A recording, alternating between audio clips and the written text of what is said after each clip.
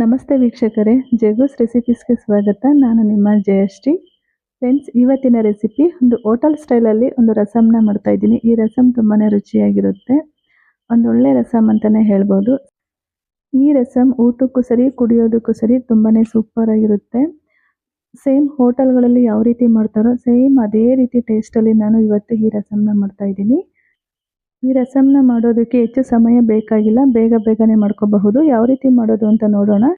ಮೊದಲಿಗೆ stove on ಮಾಡ್ಕೊಂಡು ಒಂದು ಬಾಣಲಿ ಇಟ್ಟಿದ್ದೀನಿ. ಬಾಣಲಿ ಬಿಸಿ ಆಗ್ತಾ ಇದ್ದಾಗೇನೆ ಅಲ್ಲಿಗೆ ಒಂದು 2 ಸ್ಪೂನ್ ಅಷ್ಟು ಸಾಂಬಾರ್ ಬೇಳೆ, ನಾವು ಸಾಂಬಾರ್ ಮಾಡೋದಕ್ಕೆ ಉಪಯೋಗಿಸ್ತೀವಲ್ಲ ಆ ಬೇಳೆನ 2 ಸ್ಪೂನ್ ಹಾಕೊಂಡಿದ್ದೀನಿ. ಧನಿಯಾ ಕಾಳನ್ನು ಸಹ ನಾನಿಲ್ಲಿ 2 ಸ್ಪೂನ್ ಬಳಸಿದ್ದೀನಿ. ಎರಡನ್ನೂ ಸಹ ಚೆನ್ನಾಗಿ ಫ್ರೈ ಮಾಡ್ಕೊಳ್ಬೇಕು. ಒಂದೊಳ್ಳೆ ಘಮ ಬರೋ ತನಕ ಚೆನ್ನಾಗಿ ಫ್ರೈ ಮಾಡ್ಕೊಳ್ಬೇಕಾಗುತ್ತೆ. ನೋಡಿ, ಇವಾಗ ಸ್ವಲ್ಪ ಕಲರ್ ಚೇಂಜ್ ಆಗಿದೆ, ಒಂದೊಳ್ಳೆ ಘಮ ಅಂತ ಇದೆ. ಈ ಸಂದರ್ಭದಲ್ಲಿ ನಾನು ಅದನ್ನ ಇಳಿಸ್ಕೊಂಡು ತಣ್ಣಗಾದ್ಮೇಲೆ ಪೌಡ್ರ್ ಮಾಡ್ಕೊಳ್ತೀನಿ.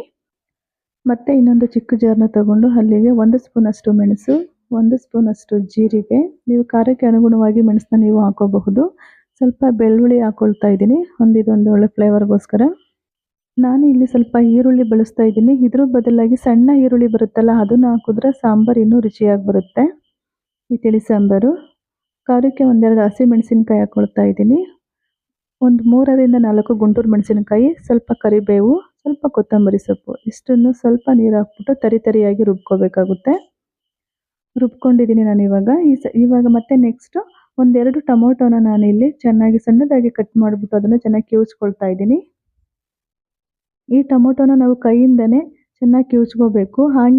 ಚೆನ್ನಾಗಿ ಕೈಯಿಂದ ಕಿವುಚಿದ್ರೆ ಮಾತ್ರ ಇದು ರಸಮ್ ತುಂಬಾ ರುಚಿಯಾಗಿರುತ್ತೆ. ನಂತರ ಇಲ್ಲಿಗೆ ಸ್ವಲ್ಪ ಈ ಟೊಮೊಟೊ ಕಿವುಚಿದ್ವಲ್ಲ, ಅದೇ ಪಾತ್ರೆಗೆ ಸ್ವಲ್ಪ ಹುಣಸೆ ರಸನೂ ನಾನಿಲ್ಲಿ ಸೇರಿಸ್ಕೊಳ್ತಾ ಇದ್ದೀನಿ.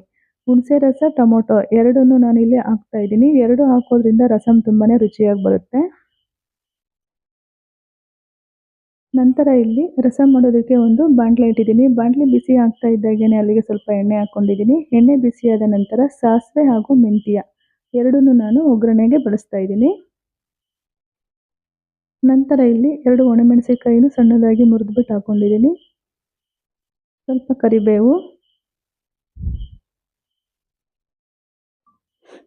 ಸ್ವಲ್ಪ ಹಿಂಗೆ ಹಾಕೊಳ್ಳಿದ್ರೆ. ನಂತರ ಇಲ್ಲಿ ನಾವು ರುಬ್ಬಿರುವಂತಹ ಮಸಾಲೆ ಏನಿದೆ ಅದನ್ನು ನಾನಿಲ್ಲಿ ಸೇರಿಸ್ಕೊಳ್ತಾ ಇದ್ದೀನಿ. ಮೆಣಸು, ಜೀರಿಗೆ, ಹಸಿಮೆಣಸಿನಕಾಯಿ, ಈರುಳ್ಳಿ ಇದನ್ನೆಲ್ಲ ಪೇಸ್ಟ್ ಮಾಡ್ಕೊಂಡಿದ್ನಲ್ಲ, ಅದನ್ನು ನಾನಿಲ್ಲಿ ಹಾಕ್ಬಿಟ್ಟು ಇದನ್ನು ಹಾಗೆ ಫ್ರೈ ಮಾಡ್ಕೊಳ್ತಾ ಇದ್ದೀನಿ. ಹಸಿ ವಾಸನೆ ಹೋಗೋ ತನಕ ಚೆನ್ನಾಗಿ ಫ್ರೈ ಆಗಬೇಕು. ನಂತರ ಇಲ್ಲಿ ಟೊಮೊಟೊ ಹಾಗೂ ಹುಣಸೆ ರಸ ಎರಡನ್ನೂ ನಾನಿಲ್ಲಿ ಸೇರಿಸ್ಕೊಳ್ತಾ ಇದ್ದೀನಿ. ಈ ಸಂದರ್ಭದಲ್ಲಿ ನೀವು ಸಾಂಬಾರು ಎಷ್ಟು ಬೇಕು ನೋಡಿಕೊಂಡು ನೀರನ್ನ ಸೇರಿಸ್ಕೊಳ್ಬೇಕಾಗುತ್ತೆ. ಈ ರಸಮ್ ತುಂಬಾ ತೆಳುವಾಗಿರಬೇಕು. ನೀರು ನಿಮಗೆ ಎಷ್ಟು ಬೇಕೋ ಅಷ್ಟನ್ನು ನೋಡಿಕೊಂಡು ನೀವು ಸೇರಿಸ್ಕೊಳ್ಳಿ. ನಂತರ ನಾನಿಲ್ಲಿ ಬೇಳೆ ಮತ್ತು ಧನಿಯಾ ಎರಡನ್ನೂ ಪೌಡ್ರ್ ಮಾಡಿಟ್ಕೊಂಡಿದ್ನಲ್ಲ, ಅದನ್ನು ಸಹ ನಾನಿಲ್ಲಿ 2 ಸ್ಪೂನ್ ಅಷ್ಟು ಬಳಸಿದ್ದೀನಿ. ಈ ರಸಮ್ನ ಹೆಚ್ಚಿಗೆ ಕುದಿಸೋ ಹಾಗಿಲ್ಲ. ಸ್ವಲ್ಪ ಅರಿಶಿಣ ಪುಡಿನೂ ಸಹ ಇಲ್ಲಿ ಹಾಕ್ಕೊಳ್ತಾ ಇದ್ದೀನಿ. ಈ ಸಂದರ್ಭದಲ್ಲಿ ನೋಡಿಕೊಂಡು ನೀವು ರುಚಿಗೆ ತಕ್ಕಷ್ಟು ಉಪ್ಪನ್ನ ಹಾಕ್ಕೊಳ್ಬೇಕಾಗುತ್ತೆ. ನೋಡಿ, ಇಷ್ಟೇನೆ ರಸಮು. ಇಷ್ಟಾದರೆ ಸಾಕು, ರಸಮ್ ರೆಡಿನೇ ಆಗೋಯ್ತು. ಇದನ್ನು ಹೆಚ್ಚಿಗೆ ಕುದಿಸೋ ಅವಶ್ಯಕತೆ ಇಲ್ಲ. ಈ ರೀತಿ ಮೇಲೆ ಲಿಡ್ಡನ್ನ ಕ್ಲೋಸ್ ಮಾಡಿ 1-2 ನಿಮಿಷ ಬಿಟ್ಬಿಡಿ. ಆನಂತರ ನೀನು ಕುದೀತಾ ಇದೆ, ಇನ್ನು ಸ್ವಲ್ಪ ಮೇಲ್ಗಡೆ ಎಲ್ಲ ನೊರೆ ಥರ ಬರ್ತಾ ಇದೆ ಅನ್ನೋವಂಥ ಸಂದರ್ಭದಲ್ಲಿ ನೀವು ಸ್ಟವ್ನ ಆಫ್ ಮಾಡ್ಕೋಬೇಕಾಗುತ್ತೆ. ಇವಾಗ ಕೊನೆಯದಾಗಿ ಸ್ವಲ್ಪ ಕೊತ್ತಂಬರಿ ಸೊಪ್ಪನ್ನು ಹಾಕಿದ್ರೆ ರಸಮ್ ರೆಡಿನೇ ಆಗೋಯ್ತು. ಈ ರಸಮ್ ತುಂಬಾ ರುಚಿಯಾಗಿರುತ್ತೆ. ಇದೇ ರೀತಿಯಾಗಿ ನಿಮ್ಮ ಮನೆಯಲ್ಲೂ ಟ್ರೈ ಮಾಡಿ, ಹೇಗಿತ್ತು, ಹೇಗೆ ಬಂತು ಅನ್ನೋದನ್ನು ಕಮೆಂಟಲ್ಲಿ ತಿಳಿಸಿ.